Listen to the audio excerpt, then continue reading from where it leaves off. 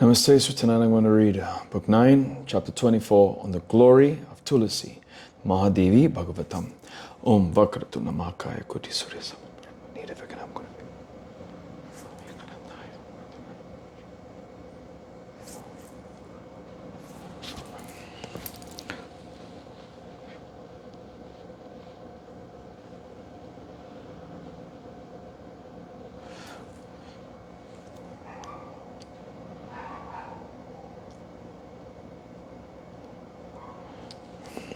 Hari Om Tat Sat.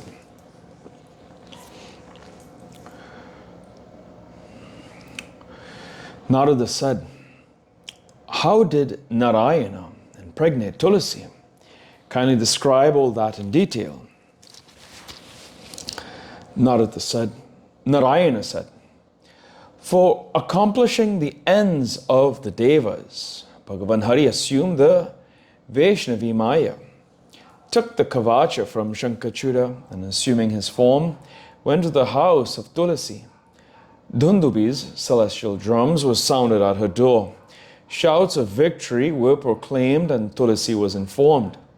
The chaste Tulasi, hearing that sound very gladly, looked out on the royal road from the window. Then, for auspicious observances, she offered riches to the Brahmins.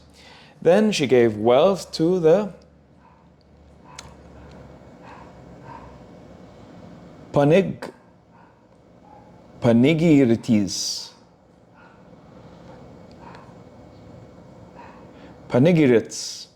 or bards attached to the courts of princes, to the beggars and the other chanters of hymn.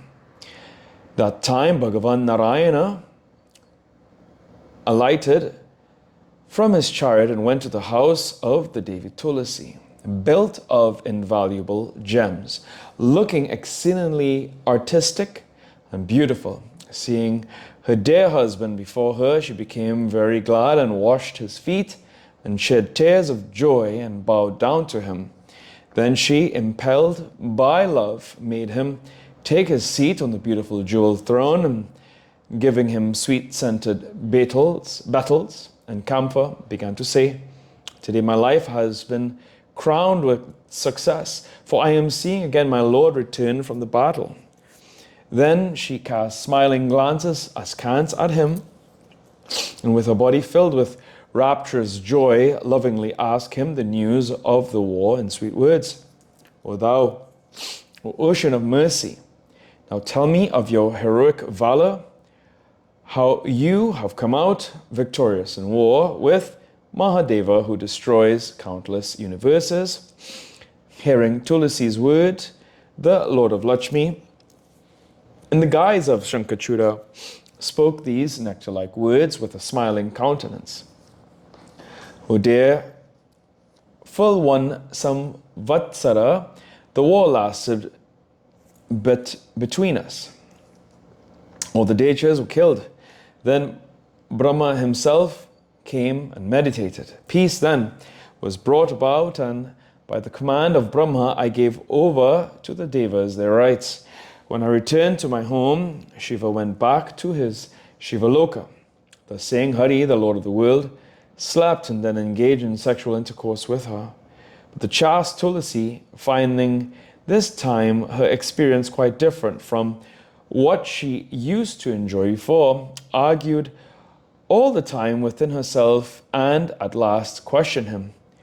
"Who are you, O magician? By spreading your magic you have enjoyed me, as you have taken my chastity. I will curse you."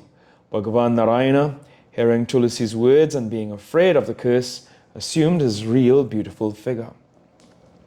The Devi then saw the eternal Lord of the Devas before her. He was of a deep blue color, like fresh rain clouds, and with eyes like autumnal lotuses, and with playful leelas equivalent to tens and tens of millions of love personified and adorned with jewels and ornaments. His face was smiling and gracious, and he wore his yellow-colored robe. The love-stricken Tulasi Seeing that lovely form of Vasudeva, immediately fell senseless, and at the next moment, regaining consciousness, she began to speak. O Lord, thou art like a stone. Thou hast no mercy. By hypocrisy, thou hast destroyed my chastity, my virtue, and for that reason didst kill my husband. O Lord, thou had no mercy. Thy heart is like a stone. So let thee be turned into a stone. Those who declare thee as a saint are no doubt mistaken. Why didst thou, for the sake of others, kill without any fault another bhakta of thine?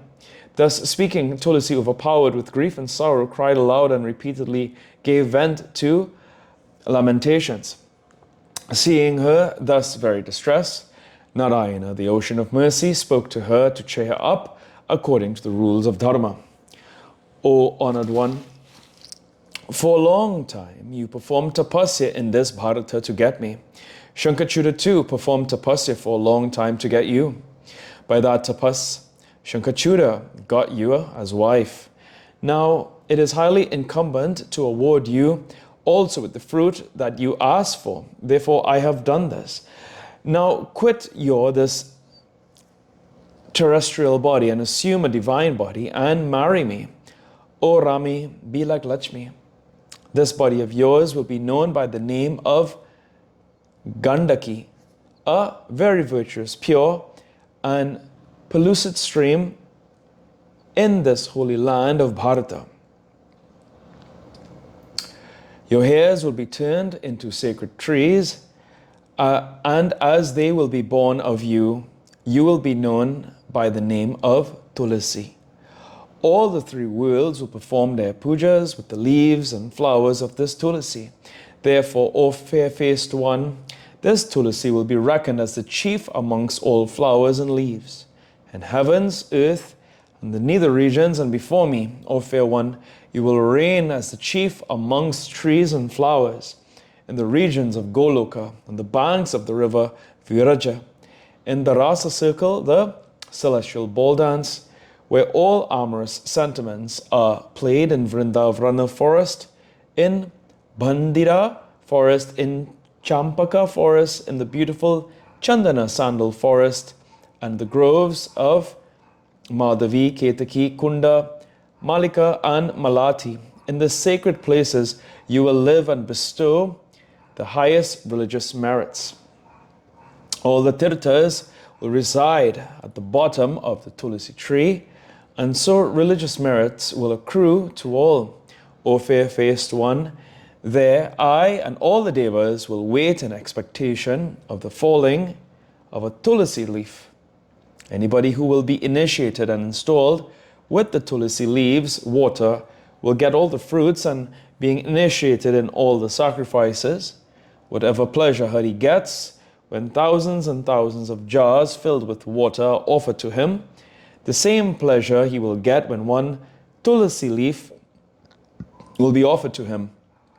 Whatever fruits are acquired by giving Ayuta cows as presents, those will be also acquired by giving Tulasi leaves, especially if one gives Tulasi leaves in the mouth of Kartik, one gets the fruits same as above mentioned. If one drinks or gets the Tulasi leaf water at the momentous time of death, one becomes freed of all sins and is worshipped in the Vishnu Loka. He who drinks daily the Tulasi leaf water certainly gets the fruit of 1,00,000 horse sacrifices. He who plucks or culls the Tulasi leaf by his own hand and holding it on his body, quits his life in a tirat, goes to Vishnu Loka. Whoever holds in his neck the garland made up of Tulasi wood gets certainly the fruit of horse sacrifices at every step. He who does not keep his word, holding the Tulasi leaf in his hand, goes to the Kala Sutra hell as long as the sun and moon last. He who gives false evidence in the presence of the tulsi leaf goes to the Kumbhipaka hell for the life periods of 14 Indras. He who drinks and gets a bit of the tulsi leaf water at the time of death certainly goes to Vaikuntha, ascending on a car made up of jewels. Those who pluck or cull the tulsi leaves in the full moon night, on the 12th lunar day, on the passing of the sun from one sign to another, the midday, or on the twilights on the night, while applying oil on their bodies on the impurity periods, and while putting on night dresses, verily eat off the Narayana's head. O chaste one, the tulsi leaf kept in the night is considered sacred. It is considered good in Shraddha, vow ceremony, in the making over of any gift, in the installation of any image, or in worshipping any deva. Again, the tulsi leaf fallen on the ground or fallen in water or offered to Vishnu, if washed out, can be used in holy and other purposes. Thus, O good one, you will remain as tree in this earth and will remain in Goloka as the presiding deity thereof, and will enjoy daily the sport with Krishna. And also you will be the presiding deity of the river Gandaki, and thus bestow religious merits in Bharata. You will be the wife of the salt ocean, which is my part. You are very chaste. In Vaikuntha you will enjoy me as Rama lives with me. And as for me, I will be turned into stone by your curse. I will remain in India, close to the banks of the river Gandaki. Millions and millions of insects with their sharp teeth will make rings. The convolutions in the Salikrama, or sacred stones, on the cavities of the mountains there, representing me of these stones, those that have one door entrance hole, 4 convolutions, adorned by the garland of wild flowers, having a mark like this, and which look like fresh rain cloud, are called Lakshmi Narayan Murtis, forms. And those that have one door, 4 convolutions, and look like fresh rain clouds but no garlands, are called Lakshmi Janardana Chakras, disc. Those that have 2 doors, 4 convolutions, and decked with mark like cow's hoof, and void of the garland mark, are called Raghunatha Chakras. Those that are very small in size, with 2 chakras, and look like fresh rain clouds, and void of the garland marks, are named Vamana Chakras. Those that are very small in size, with 2 chakras, and the garland mark added, know then to be the Sridhara Chakras. These always bring in prosperity to the household. Those that are big, circular, void of garland mark, with 2 circular chakras, are known as Damodara forms. Those that are mediocre in size, with 2 chakras, and marked as if struck by an arrow, having marks of arrows and bow cases, are known as Rana Ramas. Those that are middling, with 7 chakras, having marks of an umbrella and ornaments, are called Raja Rajesvaras. They bestow the royal Lakshmi to persons. Those that have twice 7 chakras and are big, looking like fresh rain clouds, are named Anantas. They bestow 4-fold fruits, dharma, wealth, desire, and liberation. Those that are in their forms like a ring, with 2 chakras, beautiful, looking like rain clouds, having cow hoofs marked marks and of mediocre size are named Madhusudanas. Those that have one chakra are called Sudarshanas. Those that have their chakras hidden are called Gadadharas. Those that have two chakras looking horse-faced are known as Hayagrivas. O chaste one, those that have their mouths very wide and extended with two chakras are very terrible, are known as Narasimhas. They excite vairagyas to all who serve them.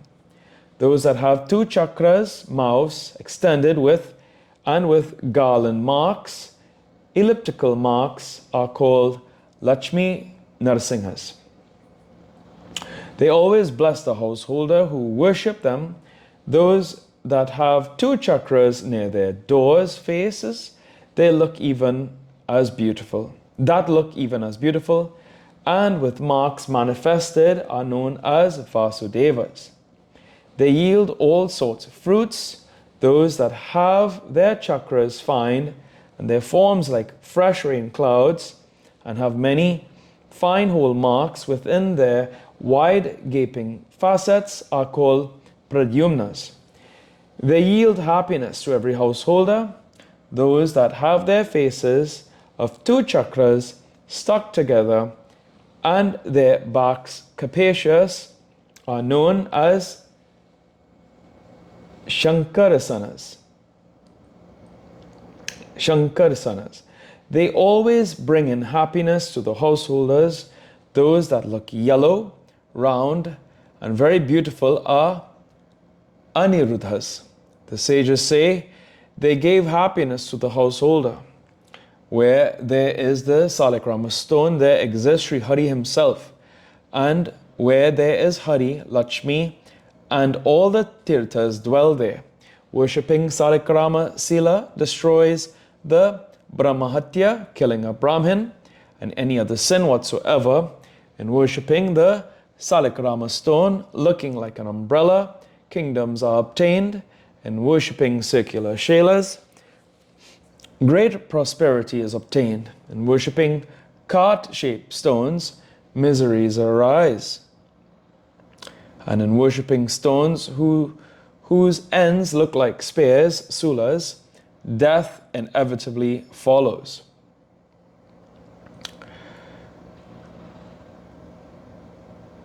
Those whose facets are distorted bring in poverty, and yellow stones bring in various evils and afflictions. Those whose chakras look broken bring in diseases, and those whose chakras are rent asunder bring in death, certainly. Observing vows, making gifts, installing images, doing shraddhas, worshipping the devas, all these become highly exalted. If done before the Saligrama Shila, one acquires the merits of bathing in all the tirthas and in being initiated in all the sacrifices. If one worships the Saligrama Shila, what more than this, that the merits acquired by all the sacrifices, all the tirthas, all vows, all austerities, and reading all the Vedas are all acquired by duly worshipping by the holy Saligrama Shila. He who performs his Abhisheka ceremony always with Saligrama water, being sprinkled with Saligrama water in the initiation and installation ceremonies, acquires the religious merits of performing all sorts of gifts and circumambulating the whole earth. Circumambulating the whole earth. All the devas are no doubt pleased with him who thus worships daily the Saligrama. What more than this, that all the tirthas want to have his touch. He becomes a Jivan Mukta, liberated while living, and becomes very holy. Ultimately, he goes to the region of Sri Hari and remains in Hari's service there and dwells with him from countless prakritic dissolutions. Every sin, like Brahma Hatya, flies away from him as serpents. do at the sight of Garuda. The Devi Vasundhara, the earth becomes purified by the touch of the dust of his feet. At his birth, all his predecessors, a lakh in number, are saved.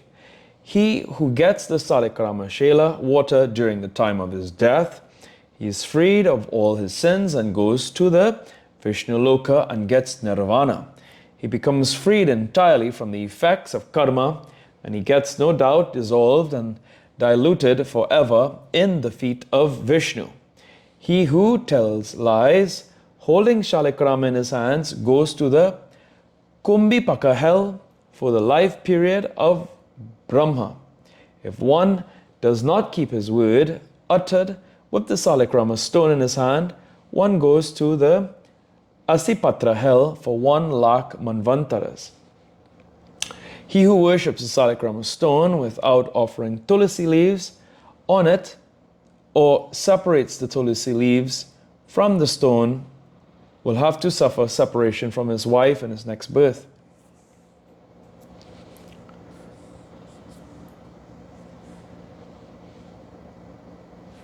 So if one does not offer the tulasi leaves in the conch shell for 7 births, he remains without his wife and he becomes diseased. He who preserves the Salikrama stone, the tulasi and the conch shell in one place, becomes very learned and becomes dear to Narayana. Look, he who casts his semen once in his wife suffers intense pain, no doubt, at each other's separation. So you become dear to Shankachuda for 1 manvantara. Now, what wonder that you will suffer pain at his bereavement. Narada, thus saying, Sri Hari desisted. Tulasi quitted her mortal coil and assumed a divine form, began to remain in the breast of Sri Hari like Sri Lakshmi Devi. Hari also went with her to Vaikunta. Thus Lakshmi, Saraswati, Ganga and Tulasi, all the 4 came so very dear to Hari and are recognized as Ishvaris. On the other hand, the mortal coil of Tulasi, no sooner quitted by Tulasi, became transformed into the river Gandaki. Bhagavan Hari too became also converted into a holy mountain on the banks thereof, yielding religious merits to the people. The insects cut and fashioned many pieces out of that mountain. Of them, those that fall into the river yield fruits, undoubtedly, and those pieces that fall on the ground become yellow-colored. They are not at all fit for worship. O Narada, thus I have spoken to you everything. What more do you want to hear now? Say. Here ends the 24th chapter on the 9th book on the glory of Tulasi in the Mahapuranam Srimad Devi Bhagavatam of 18,000 verses by Maharishi Vedvyasa. Om Jayanti Mangala Kali Bhadra Kali Kpalendra Kakashmash. Om Mangala Mangala Shri Sarvata Satisha.